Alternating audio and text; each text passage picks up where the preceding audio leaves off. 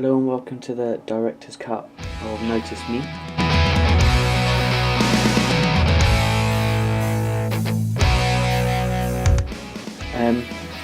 I began researching for this task initially actually to do a music video, but basically I decided I didn't want to do a music video anymore and I changed to a short film. And the short film that I looked at mainly was one called The Black Button, and in this I saw how the narrative was rather unclear, which kept the film interesting and kept the audience guessing. And quite a big lesson I took out of seeing this film was how casting was important, because I saw the characters in this film and saw how they suited their roles very well, with a sort of younger man and an older man playing the sort of more wise character, which meant for my film that if I had, for example, someone really young playing the character of Tom, it just wouldn't suit it well. And also I think it works the same way if I had someone, say, a lot older than the actor actually was, playing the character of Tom, then I don't think it would have worked very well at all.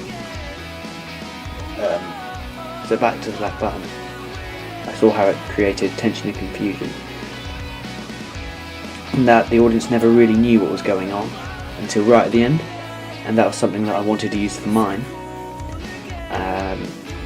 So it sort of lulled you into a false sense of security at first, because you didn't know what was happening and you just assumed that what you were seeing was actually what was happening and what was going to continue, and you believed what the older character said as much as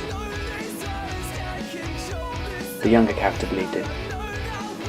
So with those, I wanted to put that straight into my film. So at the beginning, the sort of opening minute and a half, there was quite an upbeat song by a band called Protect the Target, which gives a complete wrong idea of what happens in my film, and I like this. It sounds like that the two characters you are seeing in the open sequence, with the shots switching between each other, it shows that they could have, I don't know, a relationship or something. It's just what the song sort of portrays on them, but that is the complete opposite of what happens, and I like this quite a lot.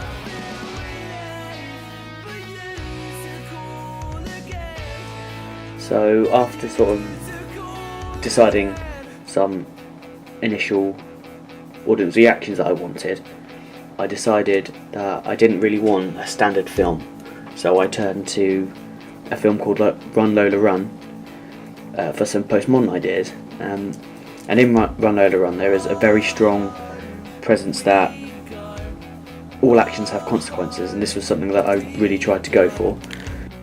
The character of Tom is bumped into quite a lot, and the thing that eventually sends him over the edge is the other main character bumping into him. So because she bumped into him, it effectively ended her in one way or another.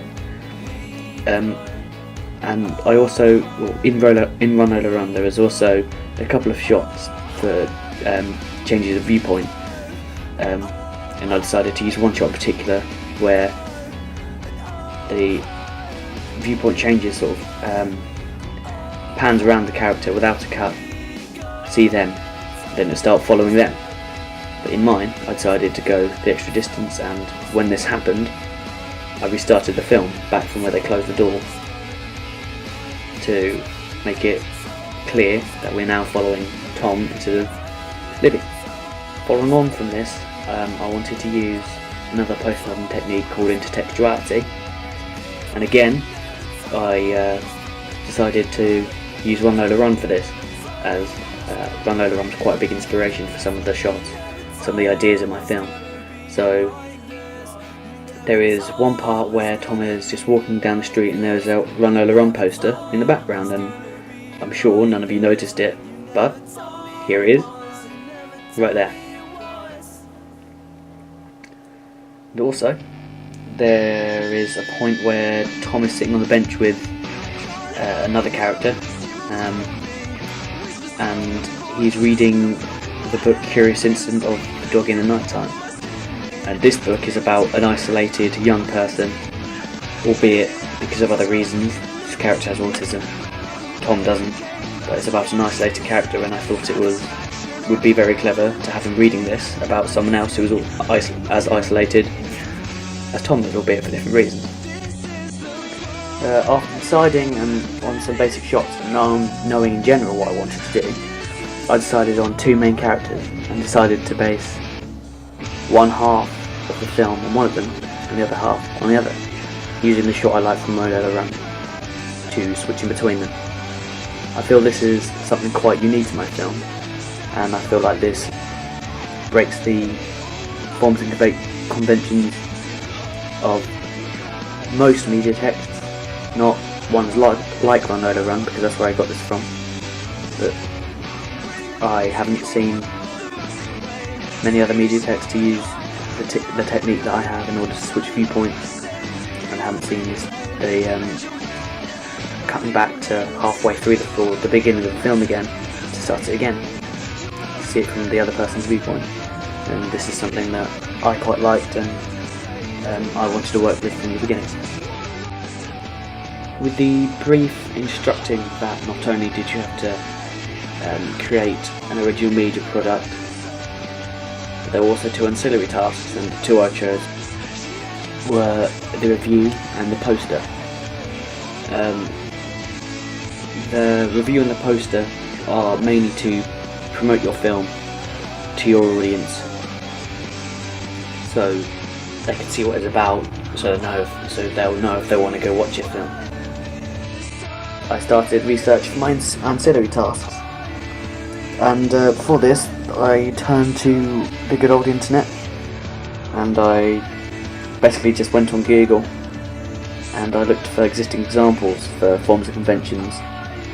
I started with the poster, and I looked at 3 other social realist films and saw how simple all of the posters were. The 3 I went for were Looking for Eric, Train Spotting and Fish Tank.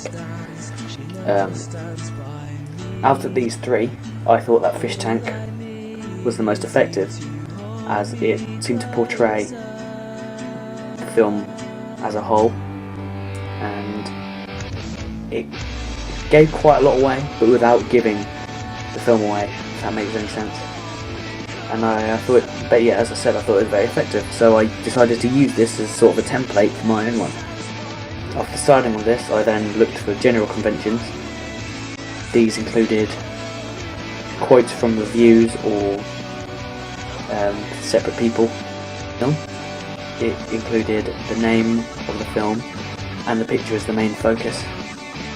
It included the names of the main actors and directors. These were quite standard. I knew about these ones, but I wasn't sure about the billing block. So basically I just checked existing posters and found out that it was just the production company or the costume design or the distribution company used to distribute the film.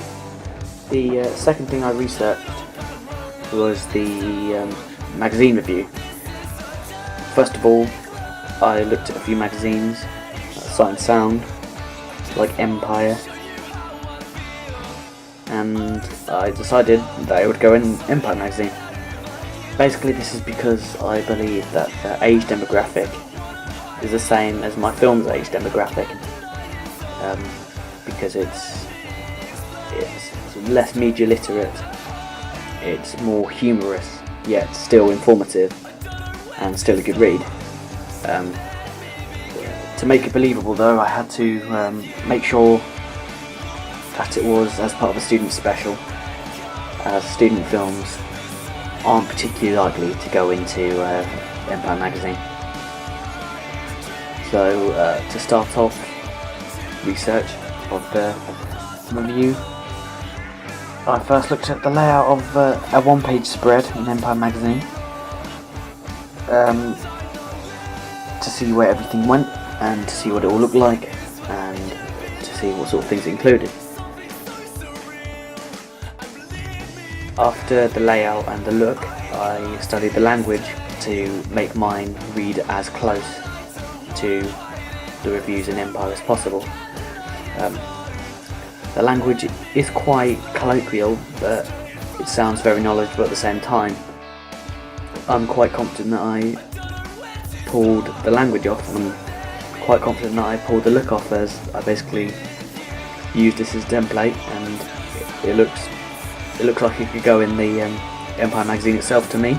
Here is the sort of, review I used as a template, and if I put them together, you can see they match quite well.